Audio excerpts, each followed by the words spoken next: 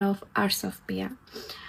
তো সম্প্রতি আমার প্রতিষ্ঠান আর্টস অফ পিয়াতে ভোক্তা অধিকার সংরক্ষণ অধিদপ্তর থেকে কিছু অভিযান চালানো হয়, যেটা রেগুলার বেসিসে থাকে এবং অভিযানের মাধ্যমে আমাদের কিছু ম্যানেজমেন্ট ত্রুটি পাওয়া যায়। ম্যানেজমেন্ট ত্রুটির কারণে আমাদেরকে এই জরিমানাটা করা হয় এবং তারা আমাদেরকে শিখিয়ে দেয় যে আগামীতে কিভাবে ভালো মতো এবং নির্ভুলভাবে আসলে বিজনেসটা করা যায়।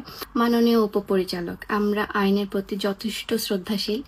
আমি দীর্ঘ 18 ঘন্টা আসলে জার্নি করে আমার পরিবারকে ছেড়ে এবং আমার জন্মভূমি সবকিছু ছেড়ে আমি বিদেশে পাড়ি দিই এবং এটা ছিল 21 তারিখের রাতে আমার ফ্লাইট ছিল।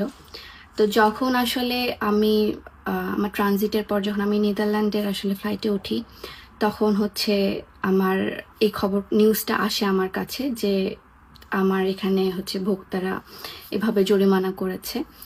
তো আমি আসলে সব পাশ থেকে এত পিসড অফ হয়ে যাই যে আমি কি করব বুঝতে পারছিলাম না। তো আমি বাসায় আসার পর, মানে নেদারল্যান্ডে আমার বাসায় আসার পর আমি লাইভ করি এবং লাইভের মাধ্যমে আসলে আমার মেন্টাল যে কন্ডিশনটা ছিল বা স্ট্যাবিলিটি যেটা ছিল সেটা আসলে তেমনভাবে ছিল না।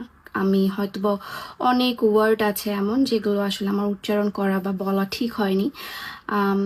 সো এটার জন্য আমাকে ক্ষমা করে দেবেন। অবশ্যই আমি এটার জন্য সরি। আপনারা আমাকে ক্ষমা করে দেবেন যাদের যাদের মনে আমি হার্ট করেছি বা যাদের যাদের মনে হয়েছে যে কথাটা বলা আমার ঠিক হয়নি, তাদেরকে আমি বলছি I am so sorry for that.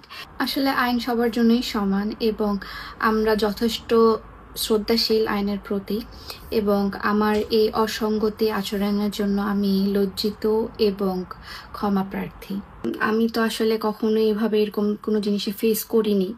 তো আই হোপ আপনারা আমাকে ক্ষমার দৃষ্টিতে দেখবেন। আমি সবার কাছে ক্ষমা প্রার্থী। আরেকটা কথা না বললেই না, সেটা দিনাজপুরবাসীর জন্য।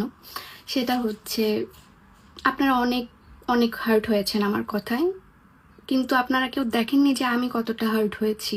আমার জন্মস্থান দিনাজপুর, আমি দিনাজপুরেই আমার বেড়ে ওঠা, আমার পড়াশোনা দিনাজপুরে, সবকিছু আমার দিনাজপুরে। তাও কেন আমি এটা কথা বললাম? এটা অনেকেরই প্রশ্ন এবং অনেকেরই ক্ষোভ আমার কাছে। অনেকে আমাকে অনেকভাবে গালিগালাজ করছেন, অনেকে ক্ষোভ প্রকাশ করছেন, খুবই স্বাভাবিক। আমি হলে মনে হয় আমিও করতাম। কিন্তু জিনিসটা কি,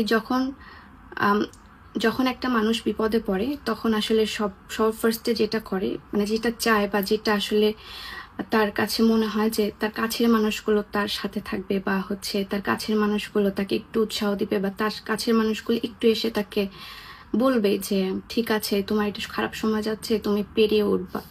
কিন্তু আমার ক্ষেত্রে না সবসময় উল্টা হয়েছে। শুধুমাত্র এটার কথা বলছি তা না,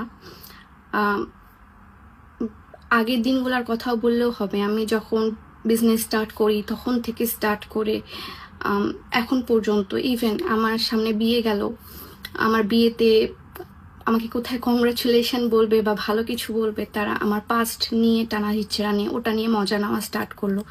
সো সব কিছু মিলিয়ে না আমার আসলে আপনাদের প্রতি কোনো রাগ বা অভিমান, সবার প্রতি রাগ বা অভিমান কোনো কিছুই নেই। আমার স্পেসিফিক কিছু মানুষের প্রতি রাগ আর অভিমান, যেখানে আমি অনেক জায়গা থেকে আসলে এত মানুষের ভালোবাসা পাই, কিন্তু নিজের জন্মভূমি থেকে যখন বা জন্মস্থান থেকে কোনো সাপোর্ট পাই না, তখন আসলে অনেক খারাপ লাগে জিনিসটা এবং মনে হয় যে আসলেই কি আমি এতটাই খারাপ। তখন আসলে বলে না যে অন্য কোনো মানুষজন বললে